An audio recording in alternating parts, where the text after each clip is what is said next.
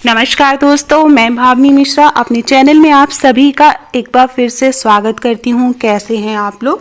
आशा करती हूँ आप सब स्वस्थ और सुरक्षित होंगे। तो चलिए प्रेम से बोलते हैं ओम नमो भगवते वासुदेवाय।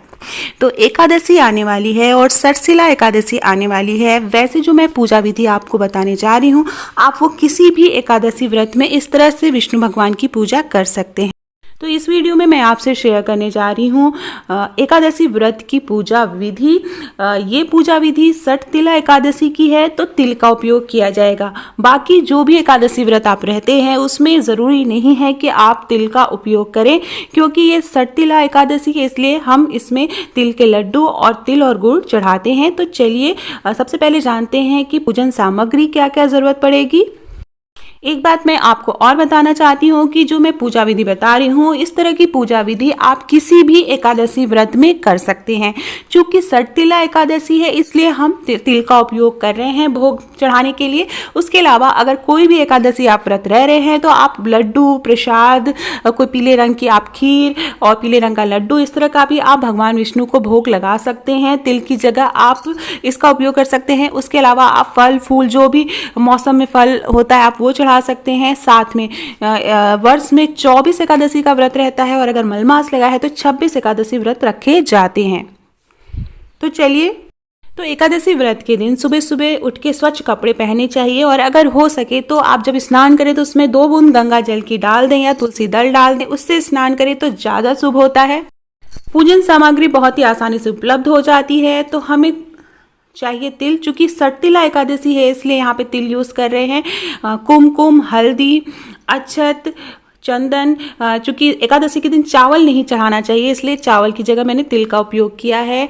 धूप बत्ती, नैवेद्य, वस्त्र चढ़ाने के लिए अगर नहीं हो तो इस तरह का सूत्र, अच्छा सूत्र आप चढ़ा सकते हैं। जल कलश स्थापना के लिए चाहिए और धूप बत्ती, नारियल भोग में लगाने के लिए चाहिए। सठ तिला एकादशी इसलिए तिल का उपयोग कर रहे हैं, तिल और गुड़ का। अगर आप कोई भी एकादशी का व्रत रह रहे हैं और अगर आपके पास तिल ना हो तो आप तिल ना चढ़ाएं, कोई और लड्डू या प्रसाद आप चढ़ा सकते हैं भोग में। विष्णु सहस्त्र का अगर आपके पास मंत्र हो तो आप ज़रूर पढ़ें, नहीं हो तो आप ओम नमो भगवते वासुदेवाय का 108 बार जाप कर सकते हैं। फल फूल और फूल माला, पीले रंग का अगर फूल हो सके तो बहुत अच्छा है। अपने हाथों से खीर बना लें या कोई भी मीठी चीज़ बना लें।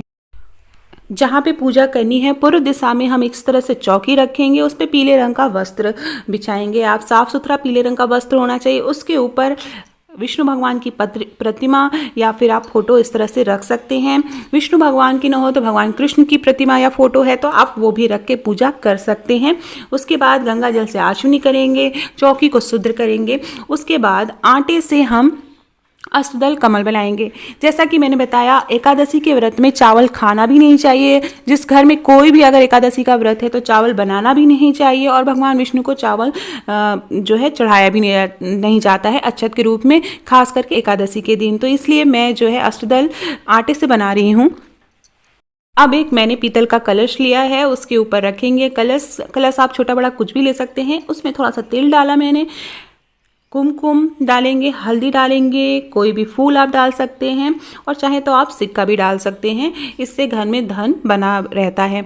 उसके बाद उसके ऊपर तिल से भरी कटोरी रखेंगे। ये इस तरह से तिल से भरी कटोरी रखेंगे। बहुत से लोग नारियल भी रखते हैं। अब जो तिल से भरी कटोरी रखी थी, आप चाहें तो बीच में पान का पत्ता या आम का पत्ता अगर हो कलश में तो वो पानी में डाल के उसके ऊपर कटोरी रखेंगे। उसके बाद उसमें मैंने तिल रख दिया है, काले तिल का लड्डू रख दिया है। अगर काले तिल का लड्डू ना हो तो आप कोई भी मीठा गुड़ रख सकते हैं, कोई मीठी चीज़ रख सकते हैं, सिक्का या सुपारी भी रख सकते हैं। अब भगवान को हम कुमकुम लगाएंगे, हल्दी लगाएंगे या तो आप चंदन लगा सकते हैं। पीले रंग का अगर चंदन हो तो आप वो ज़रूर लगाएं भगवान विष्णु को। उसके बाद हम कलश पे भी स्वस्तिक का निशान बनाएंगे कुमकुम से।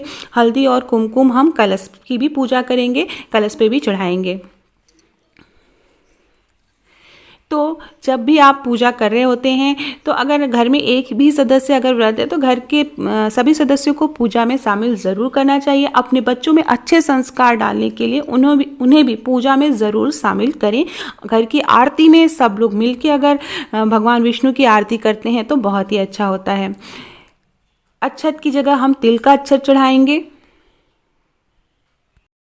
फिर उसके बाद हम माला चढ़ाएंगे। पीले रंग की अगर माला हो सके तो बहुत अच्छा है। फूल चढ़ाएंगे, कलश पे भी फूल चढ़ाएंगे। तो सिंपल सी पूजा है। आप किसी भी एकादशी व्रत में इस तरह से भगवान विष्णु की पूजा कर सकते हैं, मंत्रों का जाप कर सकते हैं।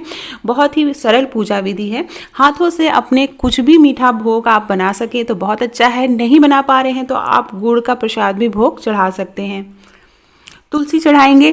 तुलसी पूजा में ज़रूर शामिल करनी चाहिए और जो भी आप भोग लगाएं उसमें तुलसी दल ज़रूर डालें।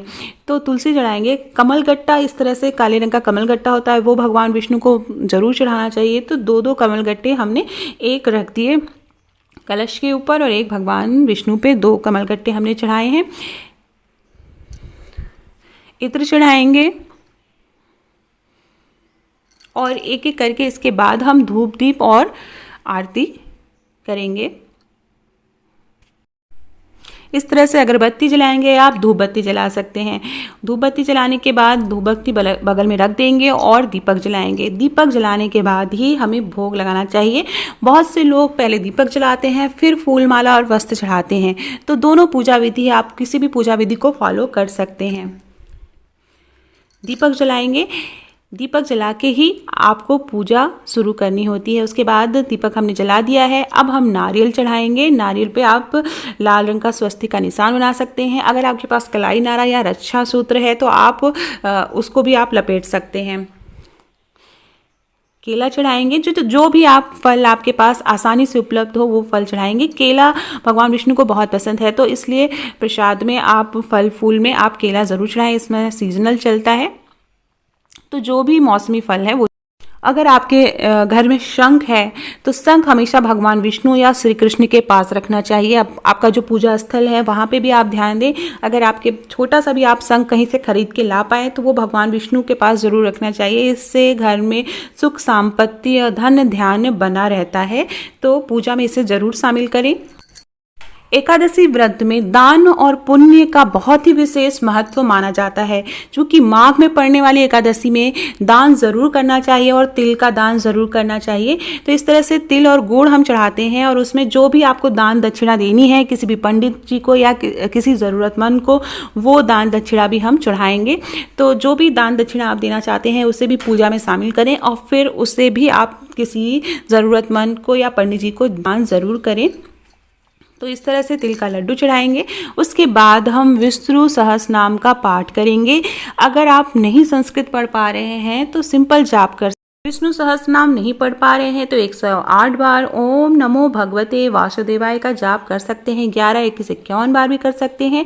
उसके बाद एकादशी की व्रत कथा पढ़ेंगे हाथ में फूल लेकर।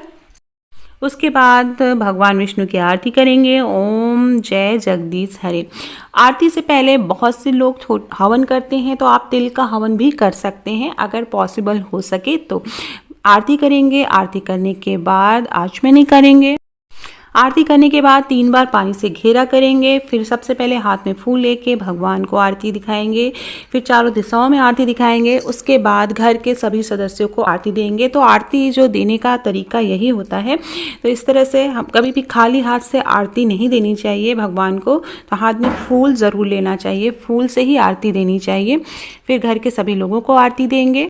फिर सबसे अंत में हाथ में फूल लेंगे और क्षमा प्रार्थना करेंगे कि भगवान अगर हमसे पूजा में कोई भूल चूक हो गई हो तो हमें माफ़ करें। हम सबको आशीर्वाद दें और भगवान से सुख समृद्धि और ऐश्वर्य धन बना रहे घर में, इसके लिए प्रार्थना करेंगे। घर में समृद्धि बनी रहे। तो यह थी एकादशी व्रत की पूजा विधि। इस तरह से आप किसी भी एकादशी व्रत की पूजा कर सकते हैं। बस सट्टिला एकादशी में तिल का उपयोग किया जाता है।